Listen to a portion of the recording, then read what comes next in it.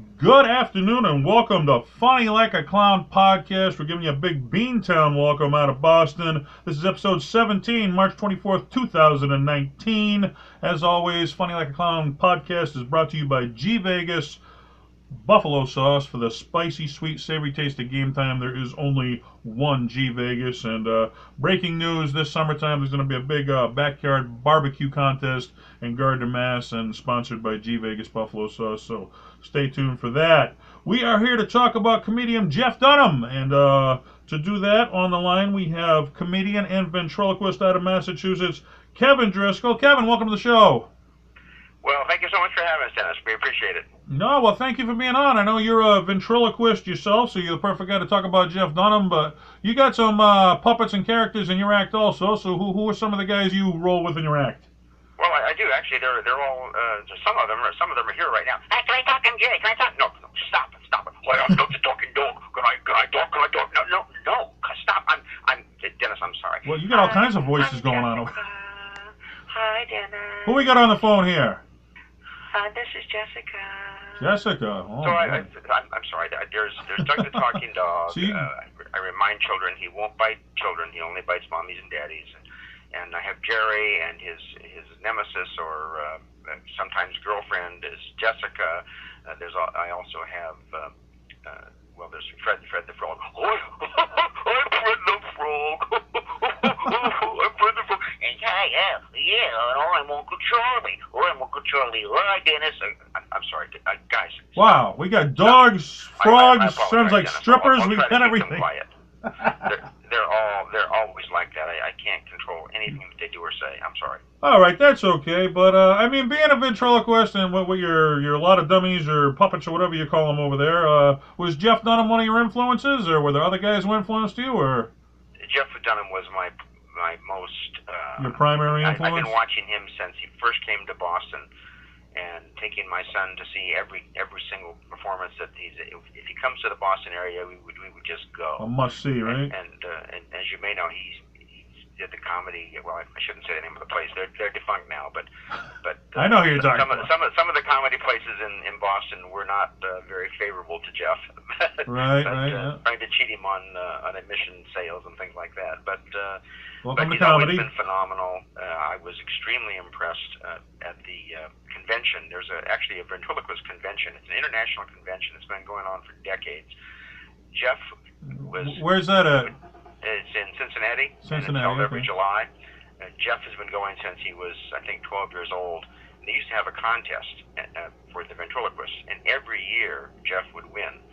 And finally, they finally had to stop having the contest because He won every year. Won every single year. But a couple of years ago, he took all of us, over 700 ventriloquists. He rented a bunch of buses and paid for all of us to get in to see his show at one of the local arenas. He does arena shows now, so it's like, Oh yeah, he's top of the game, sure. TD Garden and stuff like that. Wow, that reminds me of the old Andy Kaufman story. We had a bunch of people, and he invited them all for milk and cookies after the show. He rented buses and brought everybody to local school and gave them milk and cookies and paid for it. Yeah.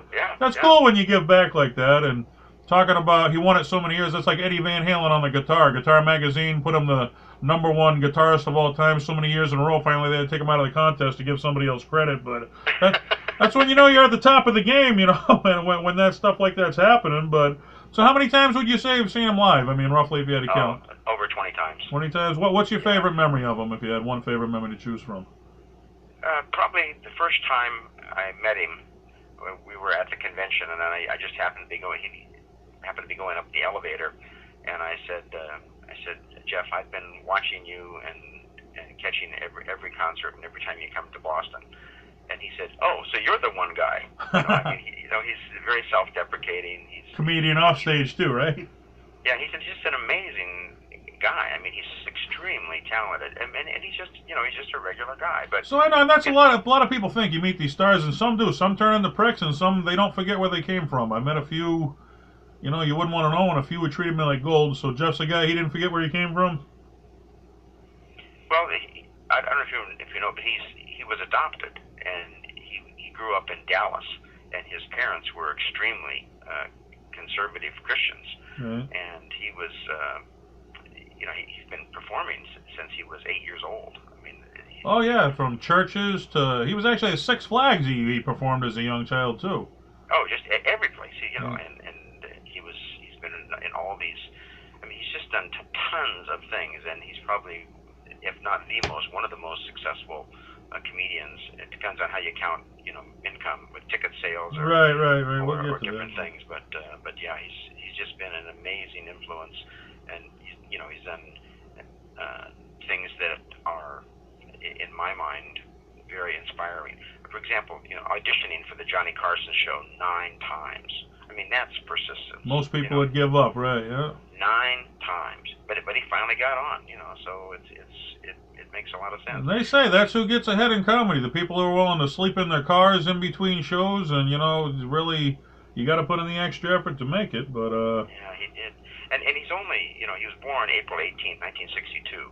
So he's 11 years younger than me, but I've always looked up to him as right. It's one of your influences, right? yeah. Well, let's see. Comedian, ventriloquist, known for The Late Show with David Letterman, Comedy Central Presents, The Tonight Show, and Sunny with a Chance. He had 6 comedy specials on Comedy Central: Arguing with Myself, Spark of Insanity, A Very Christmas Special, Controlled Chaos, Minding the Monsters, All Over the Map, and also he had his own television show, The Jeff Dunham Show, in 2009. But out of all those, what would you say was his best work? Well, his best work is his live concerts when you go see him live. Right, anybody I live. mean, plus it's always new, and he adds new puppets and new material. As you probably know, he makes his own puppets. Right. So now with his 3D printing capability, he's just, you know, He can amazing. do what he wants. And I was watching him way, you know, back in when he first came to Boston, and the transformation, his career after he made Ahmed, the Dead Terrorist, which was kind of a risk at the time. It was That was very controversial subject. A lot of people don't know how to do it. was kind of risky at the time, but he made it fun, and made it laughable, Right.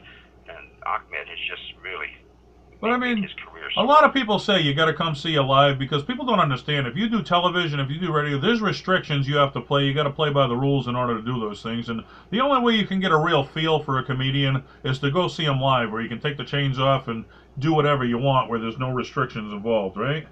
I agree. That's why I see him every single possible time. And I know I see you with your puppets and stuff. You're doing cruise ships and you're doing, you know, a lot of family gigs, but you work a lot more if you work clean. And like you said, because of his Christian roots, I mean, he's not crystal clean, but he keeps it clean enough where he's got everywhere from kids to elderly people involved in his act. Yeah, he's amazing. He appeals to everyone. Some of his stuff is after his divorce. He got kind of what's a nice word? Edgy, I guess. Right. He was that was a big. Well, yeah, a divorce is tough, but Been there, done that. a little dark. But he's but to see him live, and now he's remarried with Audrey, right. And she comes to all of his performances and stuff. So it's pretty amazing. And he travels the world. So Well, what a lot of people don't know, I mean, Ahmed the Dead Terrorist, that really launched him into the mainstream. Like you said, he's playing arenas now, but he really pounded the pavement for years before that character with Walter, and a lot of people knew him for Jalapeno on a Stick. I mean, he was a much smaller act for years and years before he hit the mainstream where everybody knew him, right? Oh yeah, it's the amount of time he's put in, and he was I don't know if he made his first TV appearance in 1976 as a teenager. Right. The local news reporter in Dallas, and guess who interviewed him? It was Bill O'Reilly. that dates you right there, no? Yeah, and he was in high school, and he was appearing in TV ads and commercials for Datsun dealers in the Dallas area. You know, he did a commercial for Hertz. He was in college. He was a junior, and he made over $70,000 at Baylor University, working corporate gigs and opening up for Bob Hope and George Burns. So Sure. it's just If you can work clean, those are the gigs you're going to get, and he was working clean. yeah. So let's give him his credits are due. He's one of the top grossing comedy acts right now in America and Europe.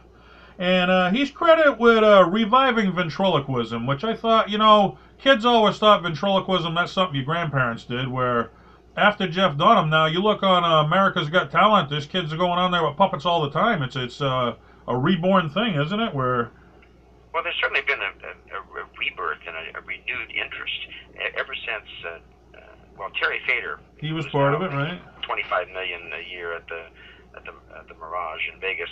His contract had to be renewed. But there was a 12-year-old girl, Darcy Lynn, who won America's Got Talent. Right. She's a 12-year-old girl. She sings like a 40-year-old torch singer. She also sings opera. The next generation. Does it with her mouth, without moving her lips. So, right. so because of that, I now include a short ventriloquist lesson at the end of each performance. If it's primarily children, if there's adults, obviously they don't want to learn anything new. But the children, they just love to get up in front of on the stage and hold one of my. I don't give them my real expensive puppets, right? But be a part of the show. I know what you're saying, right? I'll give them the smaller ones, the little Jerry or Uncle Charlie or something, and so they can pull the string and say something simple like 1, 2, 3. I avoid any B words because B is very difficult to say with your mouth, without moving your lips. But there does seem to be a renewed interest in it. And it's an art form, sure. It's something. It takes a while, I'm sure. And as the phrase goes, a rising tide floats all boats. So I'm getting a lot more requests, it seems, specifically for ventriloquists. It's a bigger thing than it used to be, sure. This past week, well, they found me a couple of months ago, but there's an ultra-conservative sect within the Jewish faith called the Chabad organization, Chabad, and a rabbi called me and asked if I could do Purim, which is a celebration within the Jewish faith. It was on Thursday, and asked if I could come to West Haven, Connecticut. I mean, that's 75 miles out of New York City. Drive. So I'm competing with New York ventriloquists. But they saw the videos, they liked it, and they asked if I could come down. I said, well, yeah, sure. Compliment to you, yeah. Yeah, so I tracked down on Thursday to do that, and we had a blast. I mean, it was so much fun. It was worth the ride, right? Yeah, it was. But the point is, there does seem to be a renewed interest in ventriloquism, right. And some people are actually seeking out, ventriloquist performers and stuff. So it's a lot of fun. So and I'm very grateful to be part of the comeback act, right? Yeah, absolutely. All right. So in 2009, Jeff Dunham sold over 4 million DVDs, which equaled out to an extra 7 million in revenue, as in addition to his concerts, which a lot of comics, they sell stuff after their shows, but, you sell a little bit. You don't do that much revenue, where his are just flying off the shelves. He had over 350 million YouTube hits. The Ahmed the Dead Terrorist YouTube was ranked 9th all-time in YouTube hits, which, if you consider how much is on YouTube, that's an impressive thing to be 9th all-time in hits on YouTube. Absolutely, yeah. It's pretty amazing. Yeah. But he's done it, he's done it every single year. He continues to improve, and he even did Broadway in 1985. Really? He did Broadway it was a burlesque variety show called Sugar Babies. He started with Mickey Rooney, and that was July 7th of 1985. And they said ventriloquism. Jeff Dunham works with 4 dummies simultaneously, throwing his voice. I mean, it's amazing. I couldn't understand how he could control 3 puppets, and at the convention last year. Well, I remember him from, before he hit it mainstream, there was a clip of him, and it was a real young him, and he was just playing a nightclub where he was drinking a glass of water and making one of his puppets talk at the same time, and I was like, wow, how is he doing that? Well, obviously it's a trick glass, but... yeah, whatever it was, I don't know. Is that what it was? All right, so now we know the gig, all right, so... But it looked realistic. He made it work for sure. Yeah, he is absolutely amazing, and his material.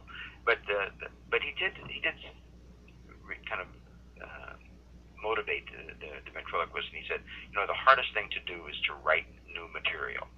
And one of his books that I obviously purchased, it was Bob Hope's joke writer, Gene Perrette, and that.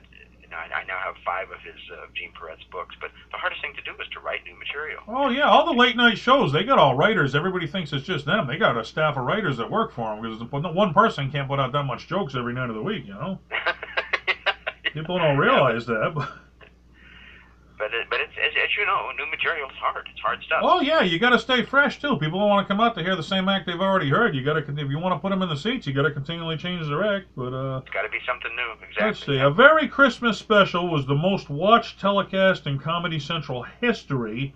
DVDs sold over 400,000 in the first 2 weeks after that. You managed to sell 400,000 DVDs of your special in 2 weeks after it airs. I mean, these are just ridiculous numbers you think about for guys like us that are local, you know. Forbes magazine ranked Jeff the third highest paid comedian behind Jerry Seinfeld and Chris Rock. And I know, you know, Jerry Seinfeld, I once heard he has a credit card, and it's unlimited. The credit card company pretty much said, you decide what you want to spend. Can you imagine just having an unlimited credit card where, I mean, just the numbers that get thrown around blow your mind, don't it? The Guinness Book of World Records has him down for the most tickets sold by a stand-up comedy tour, Spark of Insanity. He played over 365 venues worldwide. I mean, that's just a resume. I mean, some of the stuff, most YouTube hits, I mean, the amount of DVDs, Forbes magazine, the Guinness Book of World Records, I mean, where do you go from there after you've done all that, you know? Well, and that's the challenge, and that's what he continues to do by creating new characters and trying them out, and it's got to be difficult. I mean, as you know, comedy is so subjective. What is funny to one person is offensive to another. Oh, everybody's offended nowadays by something, yeah. You know, and you've got to, and you have to try out new material in front of a live audience. You can practice technique and stand in front of a mirror all day long.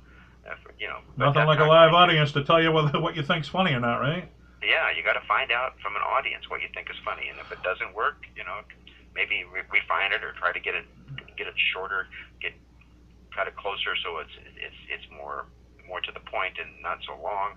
You got to get to the funny. Sure. Jeff says you have to get, you know, like every few seconds there has to be something, you know, and he writes funny stuff, and that's what's made him what it is. And he stayed true to himself too. He never really changed, you know, what he did for you know, media wise. I mean, he stayed true to what he did when he started out.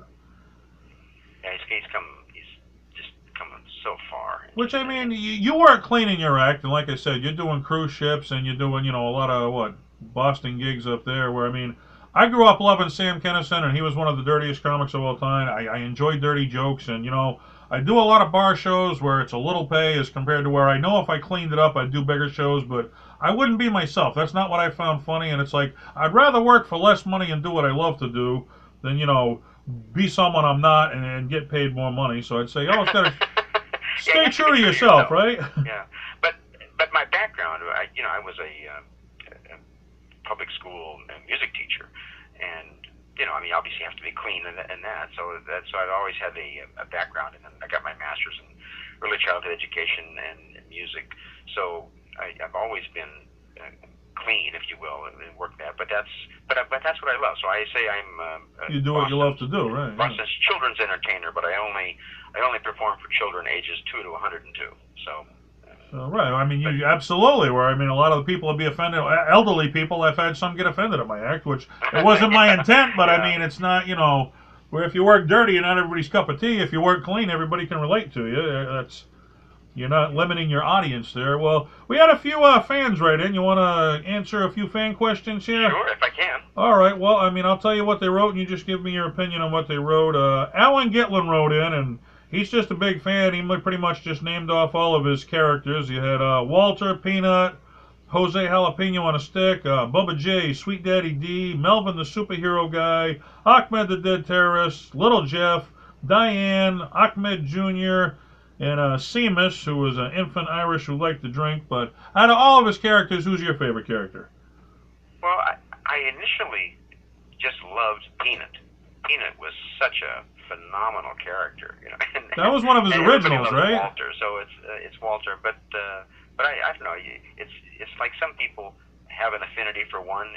And they all have their personalities. Right. It's like when some of the you like a different part of each of them. I don't like Walter, but I really like Peanut. Well, it's all Jeff. Yeah, right. In the end, it's all that's true. But everybody's got that one character they warm up to. It's all Jeff. You know, it's only him. You know, but it's such a unique art form, and we were told that it was like acting for two. So there's you and there's the puppet, and there's ways to improve as a ventriloquism. And these days with cell phones and iPhones and everything, your best tool is the video. So you record yourself and you watch your performance, and you cover up the puppet and just watch you, and then you cover up you and just watch the puppet, and you need to see that interaction because it's That's a very good point. Yeah, I mean, if you're a comedian, video is a big part of how you better yourself. So it's a way to constantly improve, and you know, there's obviously the technique, and you try not to move your lips and everything. Because I noticed, I mean, when you're a young comic starting out, they give you 5 minutes at most open mics or whatever, and you're just starting out. And I didn't realize it till I recorded myself, but you're trying to fit as much material into that 5 minutes as you can, and you'll get in a habit of talking fast. And I didn't realize it till I videoed myself. I'm like, well, I'm speed talking there, and it's like it was tough to understand me. I had to learn, do less material and let them hear you than try to speed talk and get more material in, you know? It was one of the things I learned from video anyway. Yeah, you're right. And the open mics, I mean, that's when I first started this. I went to a ton of open mics, and I brought the puppet, you know, and it was, you're right, exactly. You get 5 minutes. Some places you get 7 minutes, you know. You're and lucky, you get right? good, and then you get to be the feature for a half an hour, kind of thing, you know, and then it builds from there. But yeah, the open mics, I did tons of open mics initially. That's how you get better, sure. All right, that's the only way I think that you can, you know, in front of a live audience. You have to have a live audience to find out what's funny. Let's see, Chris Carrack and Don Kimball both wrote in on a stick, which I guess before Ackman, that was the phrase, you know, everybody says the phrase now, I kill you! That's his big catchphrase, but before Ackman it was on a stick, because everybody remembered the old Comedy Central of jalapeno on a stick. That was his catchphrase before Ackman, right? Yeah, man. He got a lot of traction with that.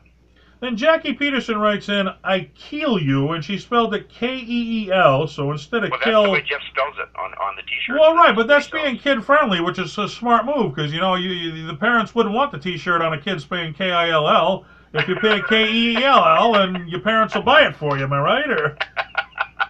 Yeah. I mean, that's just genius to keep it kid-friendly.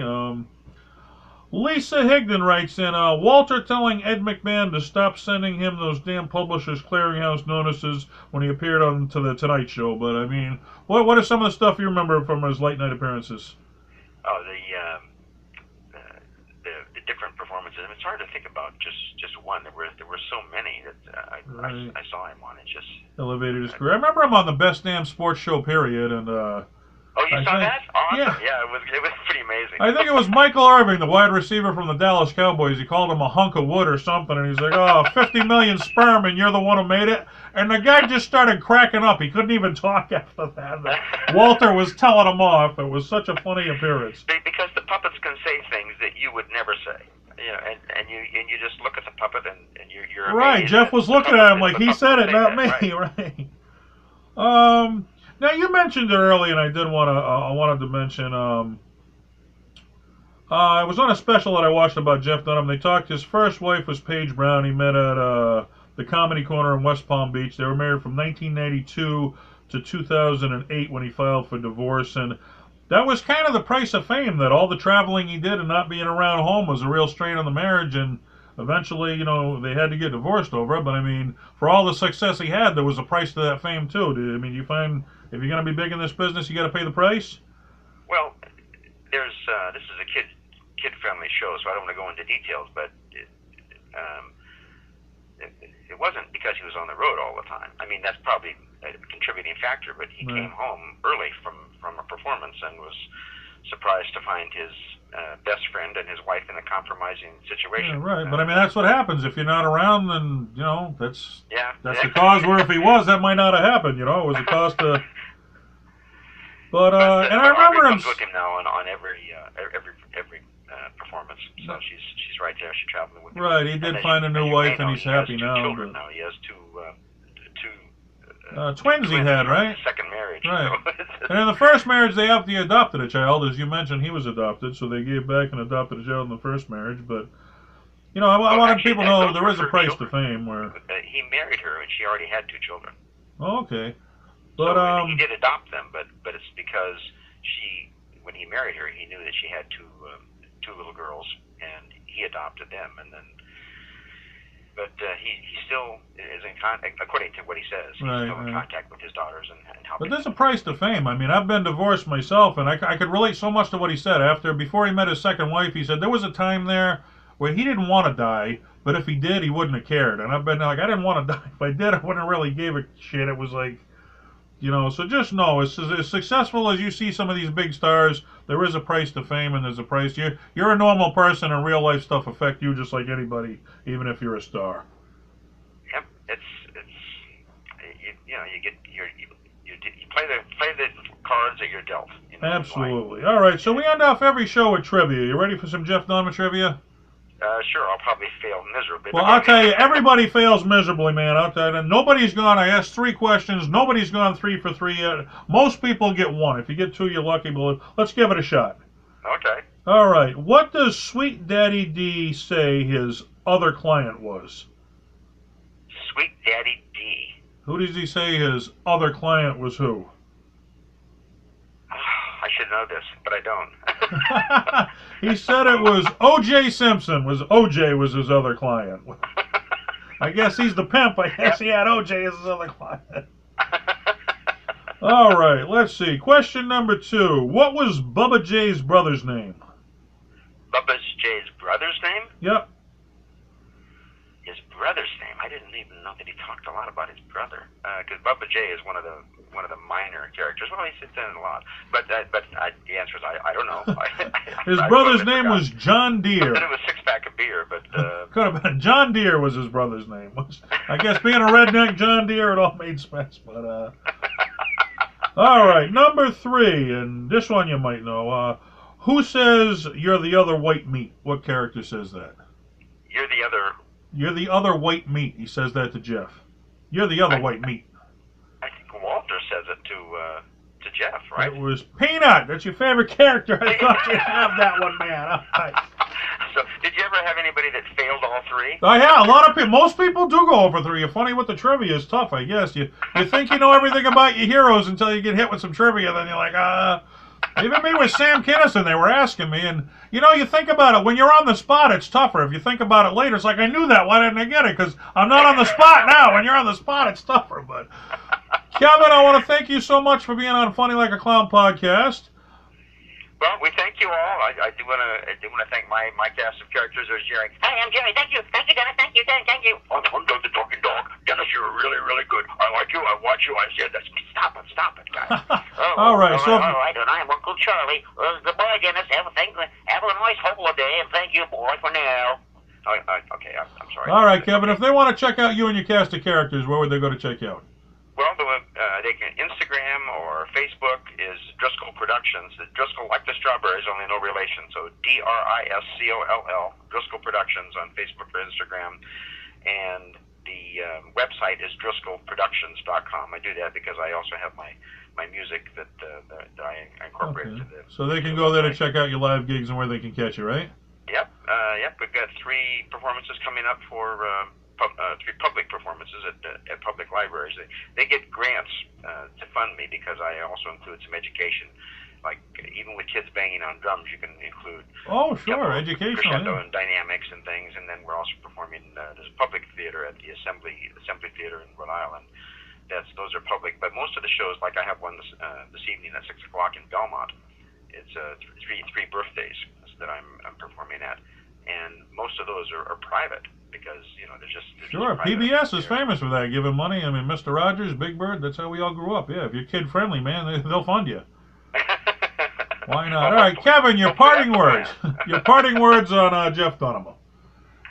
Awesome. Dennis, thank you so much. Well, what are your parting words? Give us your parting words on Jeff Dunham. What do you got to say about him? What's your parting words on him? Awesome, amazing guy that gives back to the ventriloquist community.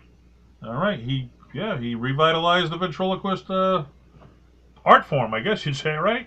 Yeah. All right, Funny Like Clown Podcast. Kevin, we'll catch you later. Thanks for calling in. All right. Thanks again, Dennis. Have a good night. Bye-bye. Bye. All right. Ventriloquist comedian Kevin Driscoll talking on ventriloquist comedian Jeff Dunham. I mean, what a resume that guy has. I mean, geez, he's at the top of his game and kid-friendly, adult-friendly, no matter what you do. you got to love the guy. And I was a big fan of Ahmed. I got my own Ahmed among my comedy collection, which is in the studio here, which I got all kinds of crazy stuff. But as always, I want to thank you for tuning in, Funny Like a Clown podcast. And hey, we'll keep you laughing until next time. Stay funny. Go out, tell somebody a joke tonight. Do it for me. Tell somebody your best joke. Go tell them. Laughter, it's the best medicine. Catch you next time. Bye-bye.